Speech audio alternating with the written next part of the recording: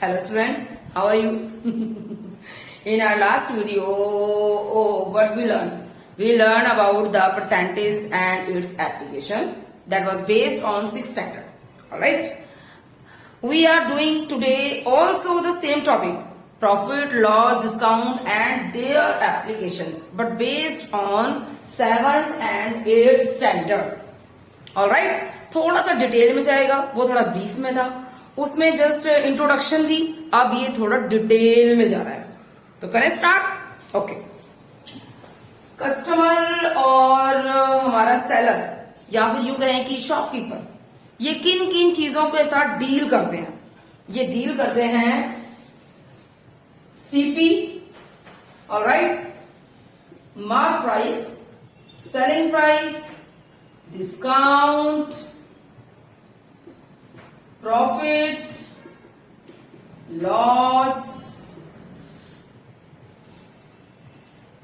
ठीक है, इन सब चीजों के साथ, इन सब कंसेप्ट के साथ वो लोग जूझते हैं और हर शॉपकीपर का एक ही मोटो होता है एंड दैट इज मोटो होता है to earn profit. Alright, but many of times they don't willingly or unwillingly they fall in loss.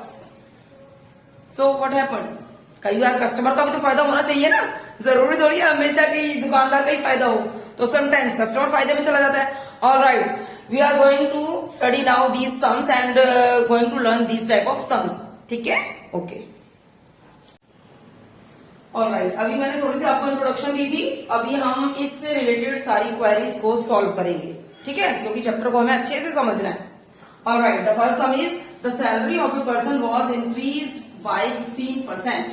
ठीक है, if his salary now is 9936, what was his initial salary?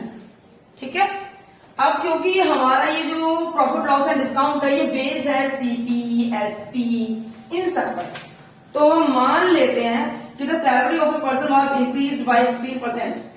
अब उसकी salary क्योंकि हमारे पास है नहीं और वो मांग रहा है हमसे इनिशियल सैलरी, यानी कि हम सोच लेते हैं कि हमसे वो सीपी मांग रहा है। ये हम अपने एक रफ आइडिया के लिए ले रहे हैं कि हमारे पास सीपी नहीं है और हमारे पास एसपी है ना, और हमें सीपी चाहिए। हम एक रफ आइडिया ले रहे हैं यहाँ पर, लेकिन हमें इस सवाल में चाहिए उसकी इनिशियल सैलरी। लेकिन अब वो बढ़कर इतनी हो चुकी है, हमें नहीं पता उसकी इनिशियल सैलरी क्या थी। जो चीज हमें नहीं पता है और सवाल हमारा उसी पर बेस्ड है, तो हम उसको एक्स एज्यूम कर लेते हैं।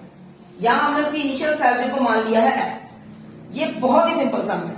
अब ये एक्स जो है वो 15% इंक्रीज की गई थी पास्ट में, क्योंकि प्रेजेंट सैलरी उसकी ये है, उसकी एक्स सैलरी थी जिस पर उसका इंक्रीमेंट हुआ था, ये इंक्रीज हुई थी हमारी 15%। 15% क्या हुई थी? एक्स, तो एक्स का 15% हमने यहां पर निकालना है। ये कट्टा पिट्टा नहीं है, आपने 15 को एक्स से मल्टीप्लाई कर देना, तो ये हो गया 15x बाय 100। ठीक है, ये इसकी थी पास सैलरी, ये थी इसकी इनिशियल सैलरी, ये इनिशियल सैलरी थी। एनीवेज, अब इसको हम कर देते हैं 5 3 15 और 5 2 10, यानी कि 3/20x। ठीक है, ये आ गई हमारी। अभी वो मांग रहा है, हमसे कह रहा है कि उसकी सैलरी अभी इतनी है, तो जो अभी की सैलरी है वो हम इधर रखते हैं। जैसे कि हम कहते हैं कि हमारी एसपी इधर हो गई, अभी हमारी सीपी भी है, तो ये हमारी है 9936, ये है उसकी नाउ करंट सैलरी, और हमारे पास उसकी पुरानी भी है जो कि हमारे पास एक्चुअल नहीं है। ये हमने एज्यूम किया था कि एक्स होगी, हमें निकालनी होती है एक्चुअल वैल्यू, चाहे वो कॉस्ट प्राइस हो किसी चीज का, चाहे वो सैलरी हो, हमने उस एक्स को निकालना है पहले, क्योंकि वो मांग ही एक्स को रहा है कि आपने एक्स बतानी है। ये हमने करंट सैलरी ले ली, ये पास सैलरी को हमें एक्स मानते हुए उसी पर 15% डिस्काउंट लगाते इंक्रीज कर दिया था, जो कि हमारा अमाउंट ये आया था। लेकिन अभी हमने इसमें जो है ये 15% जो हमारा अमाउंट आया था, ये 15% है, ये हम इसके अंदर प्लस कर देते हैं क्योंकि वो प्लस हो गया था। ठीक है, क्योंकि ये प्लस हुआ है और ये थी इसकी करंट, ये हमारी x, इस पर 15% ये निकला, ये इन दोनों को प्लस करने के बाद ये हो रही है, तो ठीक है एज इट इज चलते हैं यहां पर। ये जब आप फ्रैक्शन में होते हो, एक डिजिट आपकी फ्रैक्शन में है, दूसरी आपकी सिंपल है, तो आप उनको प्लस कैसे करते हो? वेरी सिंपल, मैंने आपको लास्ट में बताया था, आंख बंद करके आप उसका एलसीएम निकाल दो। उसको इस तरीके से नहीं करना कि 3 और 1 4x/20। ज्यादातर बच्चे यही काम कर देते हैं कि इसी तरीके से ऊपर से ऊपर प्लस कर दिया, नीचे का एज इट इज आ गया, क्योंकि डिनोमिनेटर एक ही है, दूसरे का एक रख के चलो जी ये भी हो गया। ये मल्टीप्लाई या प्लस इस तरीके से नहीं होता है, हमें इसको प्लस और माइनस को एलसीएम निकालना है। और मल्टीप्लीकेशन में आप सीधा सीधा जैसे मैंने यहां पर कर दिया था 15x, ठीक है, तो 15x आ गया, फिर वो क्रॉस कट हो गया। एनीवे इसका एलसीएम निकालेंगे, 20 इसका एलसीएम आया, यहाँ पे लिखते हैं 20 इसका एलसीएम आया, हमने इसको नीचे 1 लगा दिया। हम नीचे वाले डिजिट को एलसीएम से डिवाइड करते हैं, ऊपर वाली को प्लस कर देते हैं। 120 का 20, ठीक है, और 20 में ये अपने x से मल्टीप्लाई कर देंगे, ठीक है,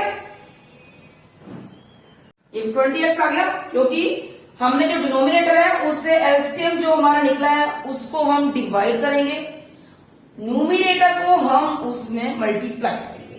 20 को 1 से किया तो 20 का 20, और 20 को x से किया तो 20x।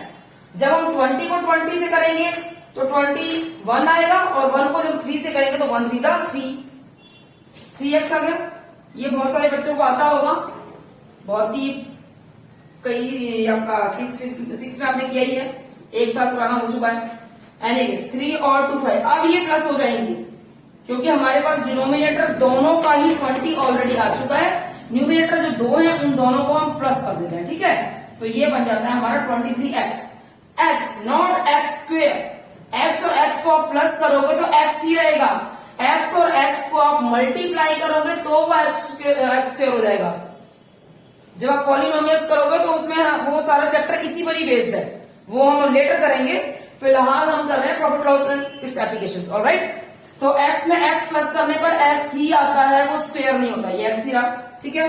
अब ये हमारी इनिशियल सैलरी जो कि एज्यूम्ड है, नॉट एक्यूरेट, और ये है उसकी प्रेजेंट सैलरी, ठीक है, रुपीज लगा देते हैं आगे। अब हम x को निकालते हैं, x को निकालना है हमें, ठीक है, x को निकालना है, x को नहीं छोड़ देंगे, ये सारी डिजिट हमारी इधर चली जाएगी 9936 के पास, ये डिजिट उधर जाकर इनटू होती है, और इसमें क्या होता है कि ये जो इस तरीके से लिखी है, ये जब अपनी जगह इजिकल टू के बाद चेंज करके इधर या उधर, इधर या उधर, इजिकल टू के बाद जब जाती है तो डिनोमिनेटर बन जाता है न्यूमिनेटर, और न्यूमिनेटर बन जाता है डिनोमिनेटर, ऑलराइट। इजिकल टू के बाद जब फ्रैक्शन अपनी जगह यहां से वहां करती है तो न्यूमिनेटर और डिनोमिनेटर जो है अप एंड डाउन हो जाते हैं, अप डाउन में, डाउन अप में चला जाता है, ये आपको याद रखना है, ये फ्रैक्शन में होता है, ऑलराइट, ठीक है। हमने इस करंट सैलरी जो थी उसके पास इस फ्रैक्शन को भेज दिया जो कि 20/23 आ गया। आप सबसे पहले इसमें ये देख लो कि क्या ये 23 से ये क्रॉस हो रहा है, तो इसको रफ एंड डिवाइड कर लेते हैं। 23 से 9936, जैसे मैंने आपको कई बार बता रखा है, सीधा 2 से 2 को करेंगे, 2 to the 4 ये कम है, 3 to the 6 ये भी कम है, 4 to the 8 में भी ये 4 पर चला जाए, तो 23 को मैं 4 पर करती हूँ, 4 3 the 12 2 कैरी किया 1, 4 to the 8 और 1 9, एब्सोल्युटली ये 4 पर जा रहा है जो कि 92 आ रहा है। टेस्ट करेंगे, ये कट गया 0, 9 में से 2 है 7, ऊपर से 3 लेंगे, ठीक है, ये 23 है, 4 पर 9 से आ रहा है, और 3 पर कितने जाएगा, 3 to the 6 जा सकता है, 23 से 3, 3 3 the 9, 3 to the 6, एब्सोल्युटली ये भी जा रहा है, 69। फिर लेस करेंगे, कैरी यहाँ पे देखा 6 6 से 0 हो गया, और 13 में से 9 लिया, 9 10 11 12 13 1 2 3 4, और ऊपर से ले लिया 6, आई थिंक ये 2 पर जाता है, 23 to the 2 3 the 6 और 2 to the 4, एग्जैक्टली ये फिनिश।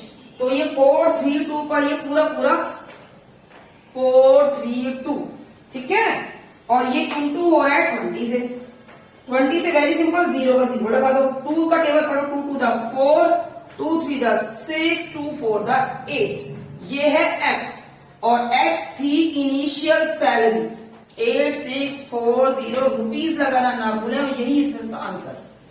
इनिशियल सैलरी मांगी थी, ये इनिशियल सैलरी हमारी निकल आई।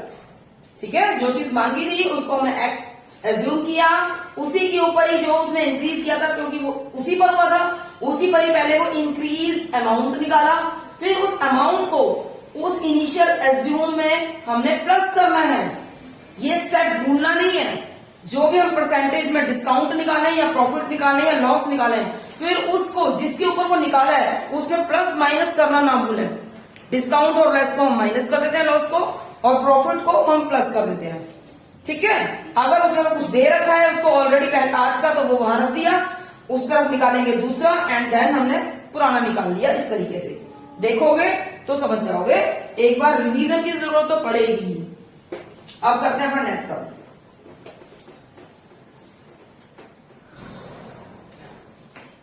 This is our next sum. A man buys 5 dozen eggs at ₹36 per dozen, already dozen out of which 5% got broken. ठीक है, ये 5% है, 5% डजन कुछ नहीं है, only 5%। He sold the remaining eggs, यानी कि 5%, 5 डजन में से लेस कर दिया जाए तो बाकी को उसने बेच दिया है 48 रुपीज पर डजन में, और जबकि उसने खरीदा था 36 रुपीज पर डजन में। ठीक है, वेरी सिंपल, हमें दिखाई दे रहा है कि गेन है। What was his total gain, profit निकालना है उसका। ठीक है, तो आप इस सवाल पर हम चलते हैं। A man buys 5 dozen eggs at ₹36 per dozen. तो कॉस्ट प्राइस ऑफ एग्स की क्या है? एग्स उसने खरीदे कितने में? उसने एग्स खरीदे हैं 36 रुपीज के 5 डजन। तो मल्टीप्लाई कर देते हैं तो हमारा आ जाता है 36 से 5 को करेंगे तो 5 6 30 0 3 5 3 15 16 17 18 रुपीज 180 के। ठीक है, 5 डजन एग्स उसने, उसकी कॉस्ट प्राइस है 180 रुपीज। क्लियर? अब उसका नेक्स्ट लाइन क्या कह रहा है? Out of which 5% broken. तो एग्स जो है ब्रोकन है, वो कह रहा है 5% ब्रोकन हो गए। अब ये 5% out of which, out of 5 dozen. ये आपको ध्यान रखना है, जो नुकसान हो रहा है वो किस में से हो रहा है? ये नुकसान हमारा 5 डजन में से हुआ है। 5%, 5 डजन का मतलब क्या होता है? 1 डजन सबको पता है 12, और 5 डजन एक में 12, तो 5 में हुए 12 इंटू 5 60, ये 60 एग्स हुए। उसने 60 अंडे 36 रुपीज में खरीदे थे, जबकि 5% टूट जाने के बाद भी उसने जो अंडे उसके जो कम हो गए हैं वो कितने भी हो गए, 50, 55, 50, 55 जितने भी हुए, वो उसने 48 रुपीज पर डजन बेचे हैं। ठीक है, तो ये हमारे 60 एग्स यहाँ पे निकल आते हैं। अब वो कह रहा है 60 एग्स का 5% हमारा ब्रोकन लॉस हुआ है। सिंपल दिख रहा है यहाँ पर, ये जो लॉस नहीं कह सकते हम इसे, ये ब्रोकन एग हम लिखेंगे क्योंकि हो तो उसे प्रॉफिट ही रहा है। तो ब्रोकन एग्स जो हुए हैं 5%, वो 60 का हुआ है। ठीक है, तो 60 एग्स का हम 5% निकालेंगे। ये एक तरीके से लॉस ही है, लॉस हो, डिस्काउंट हो, कुछ भी हो, तो वो जिस चीज पर हुआ है उसको परसेंटेज पहले निकालेंगे। ठीक है, उसके बाद उसमें से वो लेस कर देंगे, क्योंकि फिलहाल तो ये परसेंटेज उसकी निकल रही है 5% की। 5% हुआ है हमारा, 0 से 0 कट, 5 to the 10 to 3। ये 3 क्या है? ये एग्स है, ऑलरेडी हमने लिखा है ब्रोकन एग्स। ये 3 डजन नहीं है, ये 3 रुपीज नहीं है, ये 3 एग्स है। 60 में से 3 को हम लेस कर देते हैं तो 57 एग्स टोटल हमारे पास बचे। तो एसपी जो हमारे 57 एग्स की है वो क्या है? 48 रुपीज 48 पर डजन। ये है पर डजन। इसका सीधा मतलब होता है 48/12। ठीक है, क्योंकि हमने यहां पर अपना ये निकाल दिया 57। अब वो कह रहा है कि जो सेलिंग प्राइस जो था अंडों का, वो हो गया हमारा 57 अंडों का इतना। अब उसमें गेन बताया है। हम ये चीज क्लियर कर लें कि गेन, प्रॉफिट, लॉस, ये सारी चीजें हमें सीपी पर होती हैं, यानी कि कॉस्ट प्राइस। यानी कि जो चीज खरीदी गई है उस अमाउंट पर। आपने कोई भी चीज खरीदी, आप मार्केट से 10 अंडे लाए, है ना, आपने जिसको जो भी पे किया, 5 रुपए का एक अंडा था, 10 अंडे आप लेकर आते हो तो 50 रुपए के, उसमें से 3 टूट गए, तो आपने जो पैसे आपने उसको दिए 50 रुपए, तो आपके तो वो नुकसान में चले गए ना, आपके 50 रुपए भी गए और अंडे भी आपको कम मिले, है ना, तो आपको इतने रुपए का लॉस हो गया भाई, 15 रुपए का लॉस हो गया कि आपके 3 अंडे टूट गए। तो हमारा जो है प्रॉफिट, लॉस, गेन, डिस्काउंट, ये सारी चीजें सीधा सीधा मतलब रखती है सीपी से, ठीक है। कॉस्ट प्राइस थी अंडों की 180, अब 180 पर वो कह रहा है गेन हुआ है उसको। सेलिंग प्राइस जो थी वो क्या हो गई 57 अंडों की, 57x पर सेलिंग प्राइस हो जाती है 48 के हिसाब से, ये लो जी, ठीक है। और यहां पर हम रखते हैं उसका सीपी, सीपी जो थी वो थी हमारी 180 पर उसको प्रॉफिट हुआ है, अब वो कितना हुआ है वो हमें निकालना है, ठीक है। ये हमारा 180 पर ये था 180 CP, but was this total gain, gain हमें निकालना है 12 for the 48,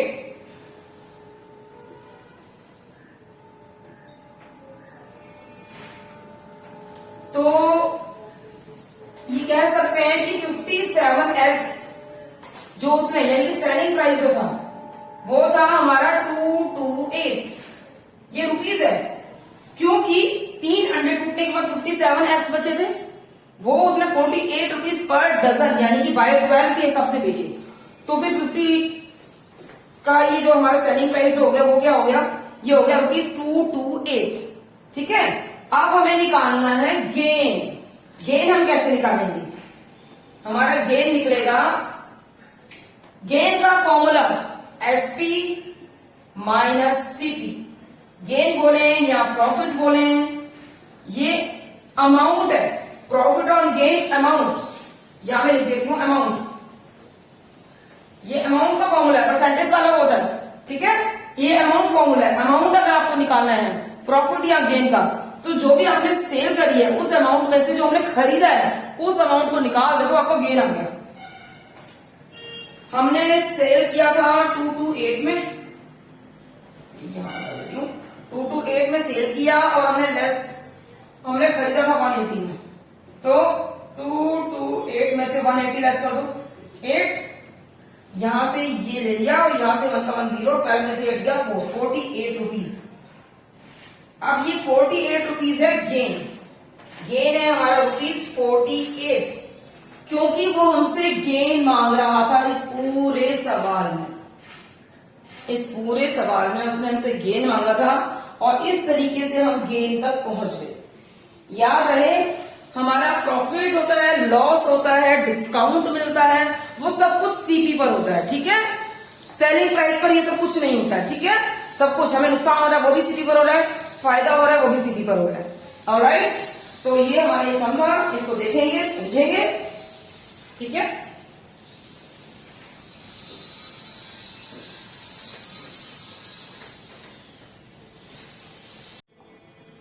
okay, the next sum, I purchase a watch for ₹330, ठीक है, and sold it at A loss of ₹20%, ठीक है। Find the SP of the watch, तो फिर वो वॉच मैंने जो 330 रुपए में खरीदी थी 20% के लॉस के साथ आफ्टर ऑल कितने अमाउंट में बेची, इस सवाल का मतलब, ठीक है। परचेज द वॉच यानी कि कह सकते हैं कि cost price of the watch, cost price watch का क्या था, क्योंकि वो मेरी खरीद थी तो वो मेरा कॉस्ट प्राइस था। अब इस सवाल के अंदर मुझे लॉस होता है और वो लॉस होता है 20% का। As I told you, CP पर कोई भी लॉस हो, प्रॉफिट हो, गेन हो, डिस्काउंट हो, वो सारी चीजें सीपी पर ही होती हैं, ठीक है। और हमें इस सम के अंदर निकालना क्या है, एसपी, ठीक है। ये था हमारा सवाल। तो अब हम सबसे पहले निकालते हैं हमारा लॉस, क्योंकि हमें एसपी पता ही नहीं है तो एसपी तो हमें जाननी है। एसपी क्या होगी, इजिकल टू एसपी होगी हमारी सीपी पर लॉस निकाल देने के बाद। लॉस है, ये फॉर्मूला है 1 minus loss percentage, 1 minus loss percentage, this is the formula. Alright, तो एसपी निकालने का ये तरीका है हमारे पास कि हम सीपी में से लॉस निकाल दें, और लॉस जो है वो हुआ है 20% का। जब हम इस तरीके से लॉस लिखते हैं या प्रॉफिट लिखते हैं तो वो जो परसेंटेज के साथ, जो डिनोमिनेटर परसेंटेज के साथ जो आ रहा होता है फ्रैक्शन, अगर वो कट सकता है किसी फैक्टर से, याद रहे फैक्टर से, एक ही फैक्टर यूज होगा, ठीक है, तो उससे हम काट देंगे। जैसे कि 2 से कट जाएगा, और 2 के अलावा 4 भी ले सकते हैं। 4 5 the 50, 4 2 the 8 and 4 5 the 20. 4 5 the 50, 4 2 the 8 and 4 5 the 20. ठीक है, अभी और भी कटता है। 5 1 the 5, 5 5 the 25। यहां सीधा सीधा भी ऐसे हो सकता था ये 21 the 20 and 25। ठीक है, दोनों ही सूत्रों में एक ही चीज आनी थी। तो हमारा सेलिंग प्राइस हम निकाल रहे हैं जो कि सीपी पर बेस्ड है, और सीपी हमारा लॉस में चला गया है, और लॉस परसेंटेज हम निकालने की कोशिश कर रहे हैं सवाल में। ये हमारा, ये कुछ इस तरीके से आ गया, ये हमारा लॉस फॉर्मूला था, ये हमारा लॉस परसेंटेज निकल रहा है यहाँ पर। ठीक है, सीपी आप यहाँ पर मेंशन कर सकते हो, ऑलरेडी उसने हमें सीपी दी हुई है तो हमें सीपी लिखने की जरूरत नहीं है। यहाँ सीपी उसने ऑलरेडी हमें दे रखी है 330, वही हम यहाँ पे रखते हैं। ठीक है, एसपी हमें जाननी है इस सवाल में, तो 330 मैंने आपको अभी लास्ट में ही बताया था।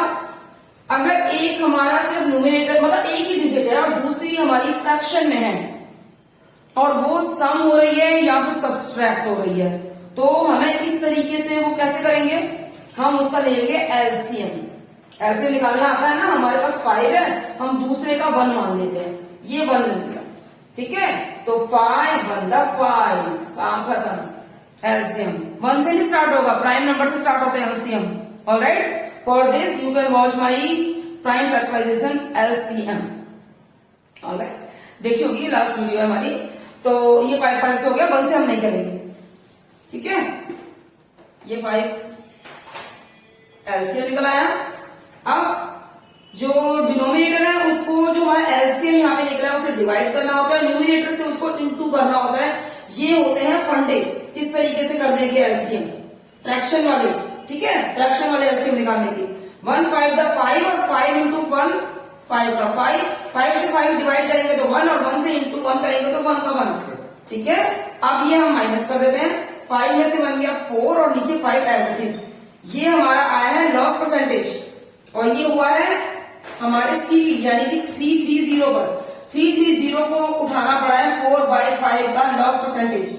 ये जब हम क्रॉस, ये इंटू में आते हैं फ्रैक्शन के साथ, तो हमें यहाँ पर कोई एलसीएम या प्लस माइनस या फिर इन दोनों को इंटू नहीं करना है। जब ये इस तरीके से होता है तो क्रॉस कटिंग भी हो सकता है। ठीक है, ध्यान रखना है इस चीज का। ये ऐसे से कट जाएगा, इसे हम काट देंगे, कोई टेंशन नहीं। आपको ये नहीं सोचना आप इन दोनों को पहले मल्टीप्लाई करके रखोगे, फिर नीचे 5 आएगा, फिर 5 से डिवाइड करोगे। नहीं, इतना लंबा नहीं खींचना। हम यहाँ पर कटिंग करके मिनिमम से मिनिमम डिजिट लेकर आते हैं।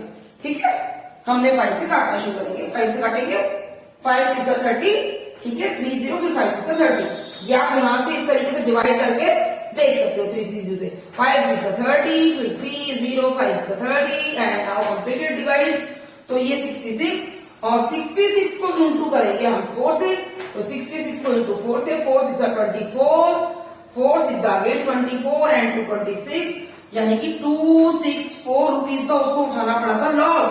ये अभी तक लॉस निकल रहा था 330 पर। ठीक है, तो यानी कि हम ये कह सकते हैं कि सीपी जो थी, जो सीपी थी हमारी वो थी 264 की, ये आफ्टर लॉस। तो ये हमारे हो गया सेलिंग प्राइस, क्योंकि जो सीपी थी 330 की, उस पर जब 20% पर लॉस हो गया, तो जो घड़ी हमने 330 रुपए में खरीदी थी वो बेची हमने सिर्फ 264 रुपीज में, और यही है इसका आंसर। ठीक है, आपको इन चीजों का ध्यान रखना है। सेलिंग प्राइस हमारा बाद में निकलता है, सबसे पहले कॉस्ट प्राइस होता है, क्योंकि हम कोई चीज खरीदते हैं तो सबसे पहले हम कॉस्ट प्राइस ही देखते हैं, उसके बाद जो भी प्रॉफिट लॉस हमारा होता है, डिस्काउंट है, वो सब सीपी पे चलता है। सेलिंग प्राइस से एंड में निकलता है। नेक्स्ट सवाल करते हैं। Alright, next sum is Sita sells a dining set to Nita for ₹6,000 and gains 20% profit. ठीक है, gains profit For how much should she sell it to increase her profit for another 5%?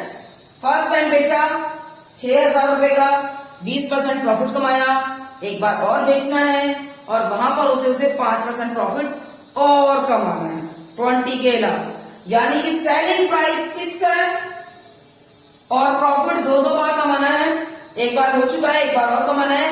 Cost price अभी तक इस सम के अंदर हमें नहीं दिख रही है, कॉस्ट प्राइस हमारी नहीं है यहाँ पर। कॉस्ट प्राइस को आप एज्यूम भी कर सकते हो। सीपी हमारे पास नहीं है, आप उसे एज ए एक्स भी ले सकते हो, ठीक है। मान लो हम सीपी एक्स ले लेते हैं, हमने ले लिया सीपी एक्स। सेलिंग प्राइस वो ऑलरेडी दे रहा है हमें 6,000 रुपीज, ठीक है। यहाँ वो एक गेन दे रहा है इस सवाल के अंदर 20% का, एक और प्रॉफिट चाहिए, वो चाहिए उसको 5% का। ये पूरा ही सवाल है। सबसे पहले हम एक फर्स्ट ये वाला गेन निकालेंगे, उसके बाद ये निकालेंगे, ठीक है। सेलिंग प्राइस यहाँ पर है और प्रॉफिट का फॉर्मूला होता है सीपी, कॉस्ट प्राइस के ऊपर ही गेन होता है। ये जितनी बार भी गेन बोलेगा हर बार सीपी पर ही जाएगा, 1 प्लस गेन परसेंटेज। तो सीपी 1 प्लस 20% का निकालेंगे। सबसे पहले ये क्रॉस कटिंग होता है तो इसे काट देंगे, यानी कि 1 प्लस 1/5, ये इस तरीके से कटिंग होगा, ऐसे आ गया, ठीक है। सेलिंग प्राइस ऑलरेडी इसमें दे रखा है, हमें 6,000 मेंशन करके ही चलते हैं। अभी एक ही बार सेल किया है और 2 बार प्रॉफिट चाहिए, इसका मतलब 2 बार दूसरा सेलिंग प्राइस और निकलेगा, क्योंकि ये तो अभी 20% गेन वाला निकल रहा है। तो कॉस्ट प्राइस क्योंकि हमारे पास है नहीं, हम उसे एक्स मान रहे हैं तो एक्स लिखते हैं यहाँ पर, ठीक है। इसको हम एक्स रखते चलते हैं, ये एक्स है, ये एक्स, ठीक है। अब इसका एलसीएम निकालेंगे, जैसे कि मैंने आपको बताया, प्लस अगर फ्रैक्शन में आ जाए तो एलसीएम कर लेते हैं। और ये हमारा 5, 1 5 द 5, 5 5 ये 1 रह जाएगा यहाँ पर, 6/5। एक्स की वैल्यू निकालनी है, एक्स को हम यहीं छोड़ देते हैं, फ्रैक्शन को हम 6,000 के पास ले जाएंगे। जब ये इक्वल टू के अपोजिट जाएगी तो ये ऊपर और नीचे चेंज हो जाएंगे, न्यूमरेटर और डिनोमिनेटर, ऑलराइट। और अब यहाँ पर ये कटिंग हो जाएगा, 6 1 6, 1 2 3 और 5 से मल्टीप्लाई करने पर आ गया 5,000 और ये निकला है एक्स, एक्स जो कि हमने सी की बताया था। यानी कि उस डाइनिंग सेट की जो कीमत थी वो थी 5,000 रुपए, 5,000 कीमत थी, जिसे उसने 6,000 में बेचा और इस बीच उसने 20% का प्रॉफिट कमाया। अब उसे एक और प्रॉफिट चाहिए और वो चाहिए उसको 5% का। कट किया है, मैं आपको रिपीट कर रही हूँ कि कोई भी प्रॉफिट या लॉस या डिस्काउंट वो सब सीपी पर ही कैलकुलेट करना है। अगर सीपी नहीं दे रखी है तो हम या तो उसे सीपी ही रखने चलेंगे हर जगह, या फिर एक्स एज्यूम कर लेंगे और एक्स पर ही गेन और प्रॉफिट और डिस्काउंट लगाएंगे। प्रॉफिट का फॉर्मूला उसमें 1 माइनस गेन, अपना लॉस, ठीक है, 1 माइनस लॉस, और अपना गेन है तो 1 प्लस गेन, ठीक। अब वो 5% का प्रॉफिट उसे और चाहिए तो ये भी उसको सीपी पर ही मिलेगा। सीपी हमारी हमें मिल चुकी है, दैट इज 5,000। 5,000 पर अगर मैं 5% का प्रॉफिट को ऑलरेडी बता रहा है निकालूं, 5,000 पर 5% का प्रॉफिट अगर निकालें तो वो निकलता है 0 5 5 25, यानी कि 250 रुपीज निकलता है 5,000 के ऊपर प्रॉफिट। ये 5% अनदर प्रॉफिट है। अगर आपको प्रॉफिट परसेंटेज निकालनी हो तो सीपी और यहां पर आ जाएगा अपना सीपी को डिवाइड कर देते हैं हमारे प्रॉफिट से, प्रॉफिट परसेंटेज से, ठीक है। ये हो गया।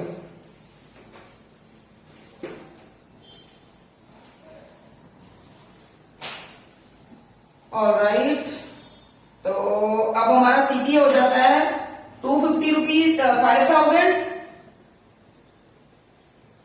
और हमारा 5% प्रॉफिट निकल आया है जो कि निकला है ₹250। ये हमारा 5% प्रॉफिट। अब उसका सेलिंग प्राइस क्या हो जाएगा? उसका सेलिंग प्राइस हो जाता है 6,000 पहले था, उसमें 250 और ऐड कर दिया जाए तो ये हो जाएगा 6,250 रुपीज, और यही है इसका आंसर। यानी कि अगर उसे 5% प्रॉफिट और चाहिए तो 6,000 में 250 रुपीज रुपीज और ऐड कर दो। सेलिंग प्राइस बढ़ता जा रहा है क्योंकि प्रॉफिट बढ़ता जा रहा है, वो लॉस में नहीं है, वो प्रॉफिट में ही जा रही है। आपको इसके फॉर्मूले सारे याद करने होंगे। प्रॉफिट निकालने का फॉर्मूला, लॉस का, गेन का, डिस्काउंट, ये सारे आपको समझने होंगे, याद करने होंगे। ठीक है, इन दोनों सवालों को आप देख लो क्योंकि इसमें प्रॉफिट दो बार बोला गया है, दोनों ही प्रॉफिट सीपी पे निकालने थे। सीपी हमारे पास थी नहीं, दैट्स व्हाई हमने एक्स को अज्यूम किया था, और सारे ही गेन और प्रॉफिट हमने एक्स पर ही निकाले हैं। हमने 6000 को एक साइड बस रख दिया, ठीक है, और उसमें एंड में प्लस कर दिया था हमारा 5% प्रॉफिट। ठीक है, ये हो जाता है आप इसमें।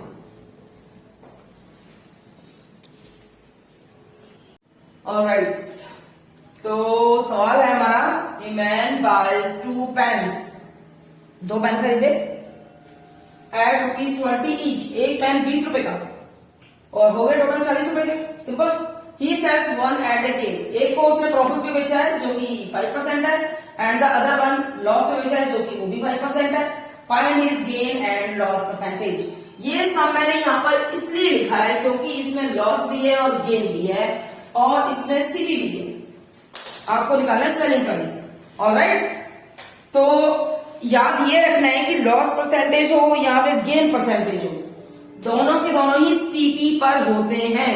सवाल चाहे 6th क्लास का हो, 7th का हो, 8th का हो, topic profit loss and discount चल रहा है, तो आपको ये फॉर्मूला तीनों क्लासेस में ही चलता है।